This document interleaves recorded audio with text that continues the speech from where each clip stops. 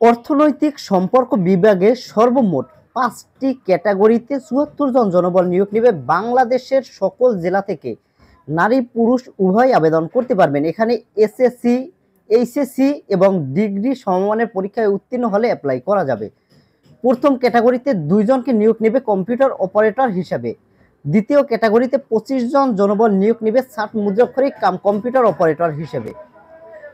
3 নম্বর যে ক্যাটাগরি রয়েছে অফিস সহকারী কাম কম্পিউটার মুদ্রাক্ষরিকে 6 জন, এবং চতুর্থ যে ক্যাটাগরি রয়েছে অফিস সহকারী কাম কম্পিউটার মুদ্রাক্ষরিক হিসাবকোষ, এখানে একজনকে এইচএসসি পাশে নিয়োগ নেবে। এবং সর্বশেষ রয়েছে অফিস সহায়ক, যেখানে 40 জনকে এসএসসি সমমানের পরীক্ষায় উত্তীর্ণ হলে নিয়োগ নেবে।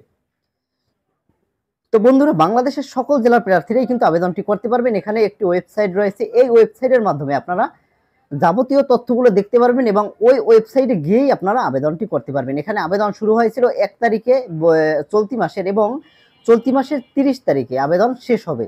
তো যারা আবেদন করবেন খুব অল্প সময় রয়েছে, তার মধ্যেই আপনারা আবেদনটি করতে হবে। তো বন্ধুরা, প্রথমত একটা আপনাদের কথা বললেই নয়, আমাদের চ্যানেলটি কিন্তু প্রতিনিয়ত আমরা চাকরির খবরাখবরগুলো প্রকাশ করে থাকি। তো আজকে কিছু চাকরির মেম্বারদেরকে শুভেচ্ছা না জানালেই নয়। কিছুক্ষণ পূর্বে আমি একটি ভিডিও আপলোড দিয়েছি, মাত্র 7 জন ভিউ হয়েছে, তার ভিতরে 2টি সাবস্ক্রাইব চলে আসছে।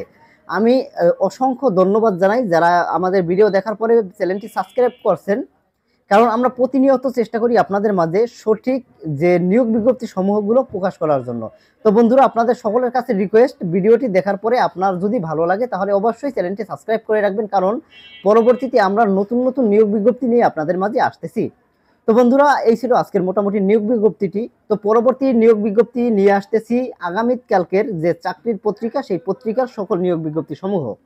তো বন্ধুরা, ততক্ষণ পর্যন্ত সকলে ভালো থাকবেন, সুস্থ থাকবেন, এই কামনা করে আজকের ভিডিও এখানে শেষ করছি। আল্লাহ হাফেজ।